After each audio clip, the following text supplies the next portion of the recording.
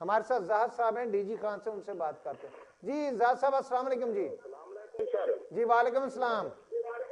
ہاں میں D G Khan سے بات کر رہا ہوں سر، آپ کا پروگرام دیکھ رہا ہوں. جی میرے بھائی. تو یہ ڈاکٹروں کی آپ بات کرتے ہو، ادھر ڈی جی خان میں بھی ایسے اسپتال میں ہوا پڑا ہے، مریض پریشان ہیں. جی جی پرائیویٹ کلینک میں جاؤ، فیس بھرو، ہسپتال میں ٹائم نہیں دیکھتے. اللہ آپ کو عزت دے. ان ڈاکٹروں کے بارے میں بہت کچھ آپ صحیح بول رہے ہو. بہت بہت شکریہ میرے بھائی، بڑی نوازش. ہمارا تو کام ہے کہ طبل جو ہے وہ بجاتے رہنا، اور یہ جو میں آپ کو خط سنا رہا ہوں یہ بھی اسی کی ایک کڑی ہے کہ جس میں ایک باپ، ایک ڈاکٹر باپ جو کہ خود کہہ رہا ہے میں ڈاکٹر چھوڑا ہوں، وہ اپنے بیٹے کو کیا کہتا ہے کہ میں نے تمہیں کتنی دفعہ کہا ہے کہ جو مریض تمہارے پاس آئے اسے آپریشن کا مشورہ دیا کرو، اس صورت میں 60,000 کا بل تو بنتا ہے، لیکن تم ان مریضوں کو آپریشن کے لیے کہتے ہو جن کے لیے آپریشن ناگزیر ہو، جبکہ ہر شخص کو آپریشن کا کہو. بیٹے جب کوئی مریض تمہارے پاس آتا ہے تو وہ مریض نہیں، وہ رزق ہوتا ہے. اللہ کے بھیجے ہوئے رزق کو ٹھکرانا گناہ ہے، اور ایسے گناہ گاروں کے لیے شدید عذاب ہے. بیٹے تم میری کوئی بات نہیں مانتے، کیوں اپنے بوڑھے باپ کو اس عمر میں دکھ دیتے ہو؟ اللہ تعالیٰ ارشاد فرماتے ہیں کہ نافرمان اولاد کا ٹھکانہ جہنم ہے.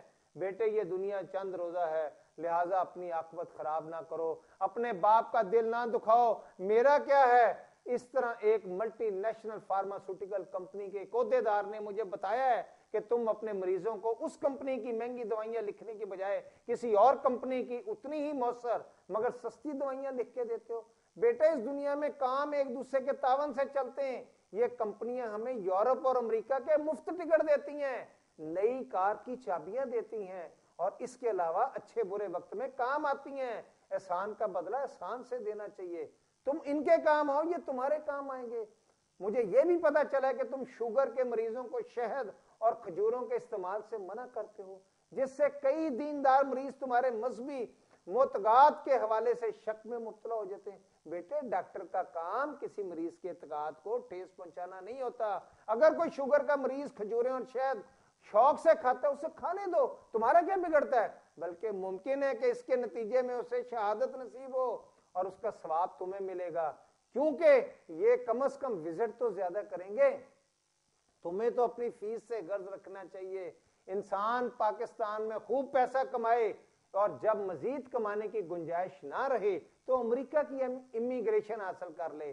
حلال گوشت کے لیے وہاں 2-4 میل واک بھی کرنا پڑے، گاڑی میں جانا پڑے تو گریز نہ کرنا. اللہ تعالیٰ غفور الرحیم ہے، بے شک وہ گناہ معاف کر دیتا ہے.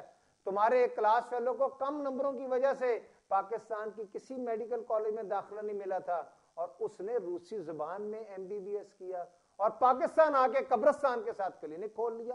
آج وہ کروڑوں میں کھیلتا ہے، اس لیے کہ وہ جانیں بھی جا رہی ہیں لیکن قبرستان جو ہیں وہ بھر رہے ہیں. لیکن آپ یہ دیکھو کہ اللہ نے اسے یہ بھاگ لگا رکھے ہیں. میرے ساتھ ایک اور کالر ہے گجرانوالہ سے. جی السلام علیکم. جی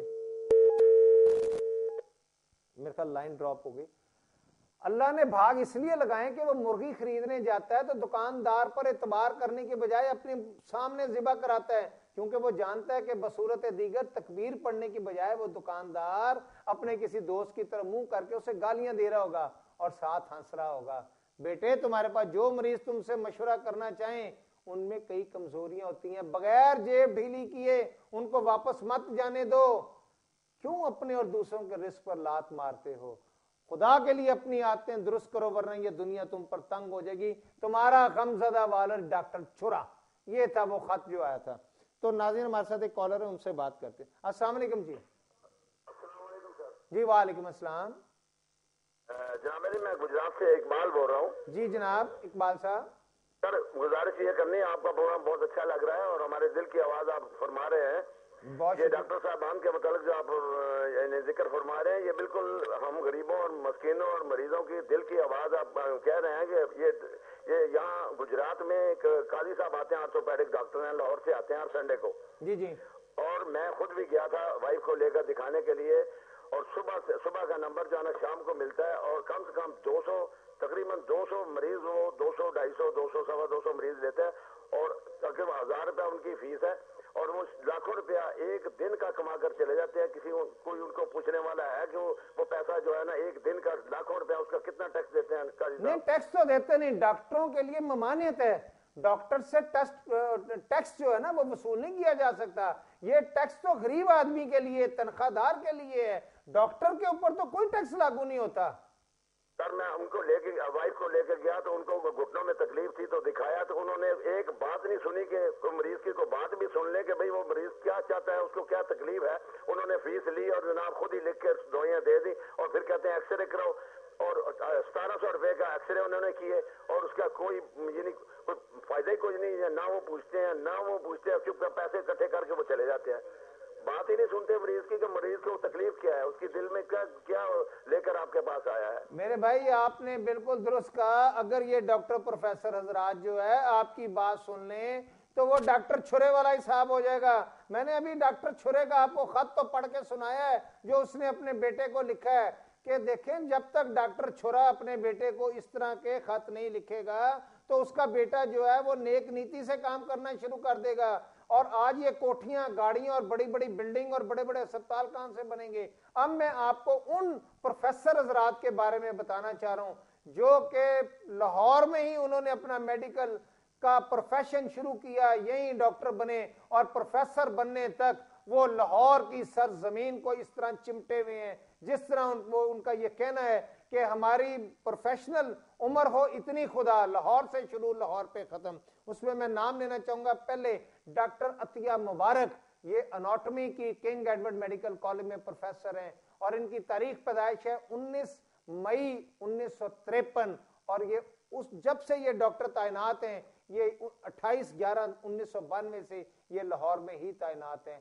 کنگ ایڈورڈ میڈیکل کالج کے ڈاکٹر اظہر حمید, ان کی تاریخ پیدائش 11 دسمبر 1954 ہے اور یہ ENT کے پروفیسر ہیں, 10/6/1993 سے تعینات ہیں.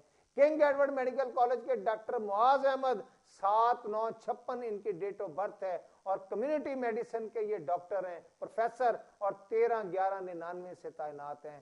چلڈرن ہاسپٹل کے پروفیسر ڈاکٹر طاہر مسعود جو کہ 6 مہینے بعد ریٹائر ہونے والے ہیں, 9/6/53 ان کی ڈیٹ آف برتھ ہے اور یہ امراض بچگان کے پروفیسر ہیں. یہ بھی 1995 کے بعد لاہور سے ایسے چمٹے کہ جانے کا نام نہیں لیا اور چلڈرن اسپتال کے چیف ایگزیکٹو بھی بن گئے. میرے ساتھ ایک لائیو کالر ہے, ان سے بات کریں. السلام علیکم جی. وعلیکم السلام جی جناب. سر ہمارا ادھر ایک کلینک ہے گورنمنٹ کا لیڈی ہیلتھ ورک کا. جی اس کا جو ڈاکٹر ہے نا وہ اپنا چیک تو کرتا ہے سرکاری طور پہ, لیکن وہ دوائی جو ہے نا اس نے وہ ٹینکی ہے جو اپنا جی اس کے نیچے جو چھوٹا اسٹور رکھا ہوا ہے دوائی کا. جی چیک تو وہ سرکاری کا ٹیبل کرتا ہے لیکن دوائی اپنا ادھر سے لے کر دیتا ہے اپنے اسٹور سے. وہ آپ خود ہی جاتا ہے, وہ خود ہی تالا کھولتا ہے اور خود ہی وہ دیتا ہے, وہ بعد میں اس کی قیمت لیتا ہے زیادہ. یہ کون سی جگہ پر جی؟ یہ ہمارا سیالکوٹ اپنا ایریا جی, اپنا ہیڈ برادر کے قریب ایک اپنا گاؤں ہے کوٹلی پٹا. بہت بہت شکریہ جناب. بالکل یہ تو سارے پاکستان میں ہی اسی طرح ہو رہا ہے اور اسی لیے تو ہم یہ تمام چیزیں بتا رہے ہیں. اسی طرح کنگ ایڈورڈ میڈیکل کالج کے ڈاکٹر پروفیسر عاطف حسین کاظمی, ان کی ڈیٹ آف برتھ بھی جو ہے 1955 ہے اور یہ 28/12/91 سے سکن کے ڈرماٹولوجی کے ڈاکٹر ہیں اور یہ بھی جس طرح میں نے پہلے بتایا گنگا رام میو اسپتال, یہ بھی لاہور سے چمٹے میں اور عاطف کاظمی لاہور چھوڑنا نہیں چاہتے. وہ بھی یہی چاہتے ہیں کہ صرف لاہور سے ہی, ان کی تو بلکہ یہ خواہش ہے کہ ریٹائرمنٹ کے بعد بھی ان کو کسی جگہ وائس چانسلر لگا دیا جائے اور اس کے لیے یہ بہت ماہر ہیں شیشے میں اتارنے کے. ڈاکٹر فیصل مسعود کی طرح جو آج کنگ ایڈورڈ میڈیکل کالج کے وائس چانسلر لگے ہوئے ہیں, ان کی ڈیٹ آف برتھ 16 اپریل 1954 ہے اور یہ میڈیسن کے پروفیسر ہیں. اسی طرح اپنا RMC کہ ڈاکٹر افضل فاروقی ہیں جو کہ راولپنڈی میڈیکل کالج میں لگے ہوئے ہیں, یہ یورولوجی کے پروفیسر ہیں اور ان کی ڈیٹ آف برتھ 23/3/1953 ہے اور یہ 2/10/96 سے تعینات ہیں. اسی طرح فاطمہ جناح میڈیکل کالج کی ڈاکٹر رخشندہ رحمان جن کی ڈیٹ آف برتھ 20 جون 1962 ہے اور یہ گائنی کی پروفیسر ہیں, یہ 7 جنوری 1997 سے تعینات ہیں. کنگ ایڈورڈ میڈیکل کالج کے ڈاکٹر اشرف سلطان، ان کی ڈیٹ آف برتھ 10/11/1953 ہے اور یہ بچگان کے پروفیسر ہیں اور یہ 6/10/1997 سے تعینات ہیں۔ میرے ساتھ ایک کالر ہے، ان سے بات کرتے ہیں۔ السلام علیکم جی۔ وعلیکم السلام جی میرے بھائی کون صاحب؟ افضل بات کر رہا ہوں سر کی چوتنی سے۔ جی افضل صاحب۔ میں خود ہیپاٹائٹس کا مریض ہوں سر۔ جی جی۔ اور میں سعودی عرب میں بیسیکلی جاب کرتا ہوں۔ جی جی۔ 2 مہینے کے بعد آتے ہیں تو ایک ڈاکٹر صاحب ہے ریاست نبی 23 صاحب لاہور میں پروفیسر ہے جی جی جگر کے۔ جی جی۔ 2500 روپیہ فیس لیتے ہیں اور 1 مہینے کے بعد کا ٹائم ملتا ہے اور اتنا ذلیل و خوار کرتے ہیں، آپ یقین کریں 120 مریض ڈیلی وہ دیکھتے ہیں اور ڈاکٹر ہاسپٹل میں علیحدہ جاب کرتے ہیں۔ جی جی۔ 2500 روپے ان کی فیس ہے اور اس کے علاوہ جو انہوں نے اندر اپنی لیبارٹری بنائی ہوئی یا 5-6 ٹیسٹ لکھ دیں گے اس کے۔ بہت بہت شکریہ میرے بھائی، ایسا تو ہو رہا ہے، اسی لیے تو ہم ان لوگوں کے چہروں سے نقاب اٹھا رہے ہیں۔ علامہ اقبال میڈیکل کالج کے ڈاکٹر سعد بشیر 15/2/54 کو پیدا ہوئے، سائیکاٹری کے پروفیسر ہیں اور ابھی تک لاہور میں 1997 سے تعینات ہیں۔ ڈاکٹر شمیم حسن 26/10/56 کو پیدا ہوئے، ENT کے پروفیسر ہیں اور یہ 3 ستمبر 1997 سے تعینات ہیں۔ کنگ ایڈورڈ کے ڈاکٹر ارشد چیمہ 1 مارچ 1955 میں پیدا ہوئے، سرجری کے پروفیسر ہیں، 11/4/1998 سے تعینات ہیں۔ نشتر میڈیکل کالج کے پروفیسر ڈاکٹر اعجاز ملک 1953 سے میں تعینات ہیں اور ان کو بھی کوئی نہیں ہٹا۔ ڈاکٹر جاوید اکرم جو ہیں یہ میڈیسن کے پروفیسر ہیں۔ ڈاکٹر سمینہ جہانگیر آپتھمولوجی کی ہیں، ڈاکٹر نصرت علی آرتھوپیڈک کے ہیں۔ ناظرین اس حوالے سے ہم آپ کو مزید بتائیں گے انشاءاللہ تعالیٰ، کل پھر آپ کو اس تفصیلات مزید بتائیں گے، آپ کو بتائیں گے کون کون سے پروفیسر حضرات، کون کون سے ڈاکٹر حضرات کیا کیا کچھ کر رہے ہیں۔ اس لیے کل دوبارہ پھر آپ سے ملیں گے۔ آپ سے آج کے پروگرام میں اجازت چاہوں گا۔ اللہ آپ کا، میرا اور پورے ملک کا حامی و ناصر ہو۔ اللہ حافظ۔